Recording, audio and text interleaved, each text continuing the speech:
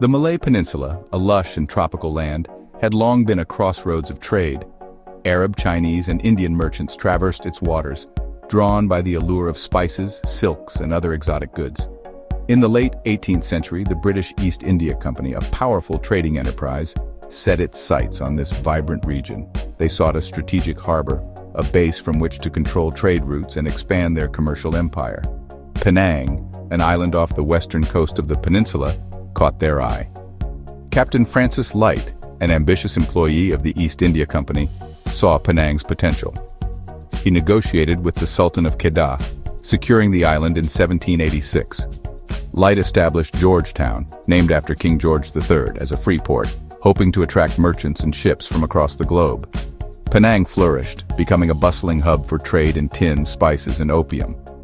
The island's strategic location drew in European and Asian traders alike, transforming it into a melting pot of cultures and commerce. However, the acquisition of Penang marked the beginning of British involvement in the Malay Peninsula, an involvement that would have far-reaching consequences for the region and its people.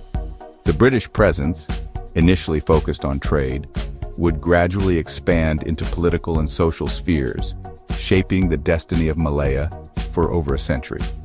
If you enjoyed this story, don't forget to like and subscribe to Emgotv for more fascinating tales from the past. As trade with China boomed, the British sought to strengthen their position in Southeast Asia. They realized the need for a more extensive network of ports to protect their shipping routes and facilitate commerce. This led to the establishment of the Straits Settlements in 1826. This new crown colony, directly ruled by the British government, initially comprised Penang, Singapore, and Malacca.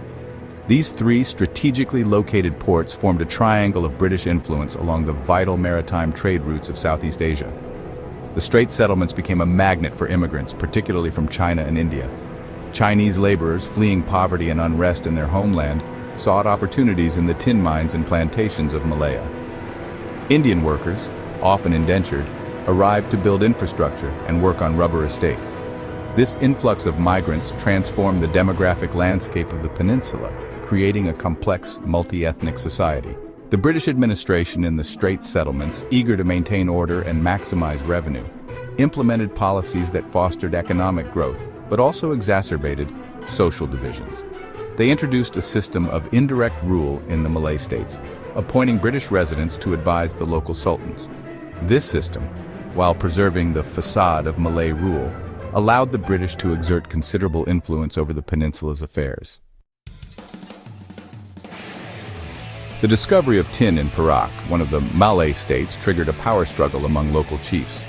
The British, sensing an opportunity to expand their influence, intervened in the conflict. The Pangkor Treaty of 1874, signed aboard a British warship, marked a turning point in Anglo-Malay relations. The treaty, ostensibly aimed at resolving the dispute, effectively brought Perak under British protection. It paved the way for the appointment of a British resident, whose advice the Sultan was obligated to follow in all matters except those pertaining to Islam and Malay custom. The Pangkor Treaty set a precedent for British intervention in other Malay states. Within a few years, Selangor, Negeri Sembilan, and Pahang accepted British residents, effectively becoming British protectorates. The British, through a combination of diplomacy, coercion, and strategic alliances, had extended their control over most of the Malay Peninsula by the early 20th century. This expansion of British influence, however, was not without resistance. Some Malay rulers resented the erosion of their authority, while others chafed under the increasingly interventionist policies of the residents.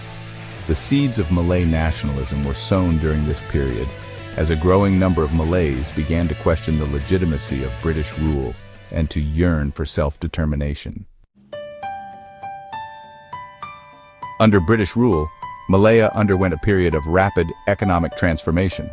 The discovery of vast tin deposits, coupled with the burgeoning global demand for rubber, fueled unprecedented economic growth.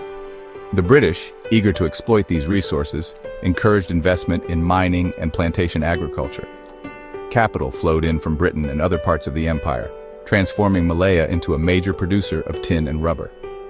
The rubber boom, in particular, had a profound impact on the landscape and society of Malaya.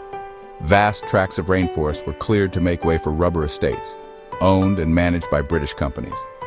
This demand for labor led to a massive influx of Indian workers, recruited under often exploitative conditions. The economic prosperity of Malaya during this period came at a social cost. The influx of immigrants, while providing labor for the mines and plantations, also created new social tensions. The Malays, once the dominant group, found themselves increasingly marginalized in the economic and political spheres. The Chinese, through their entrepreneurial spirit and hard work, gained control of much of the commerce and industry, further fueling resentment among some segments of the Malay population. This complex interplay of economic change, immigration, and social stratification would have a lasting impact on the social fabric of Malaysia.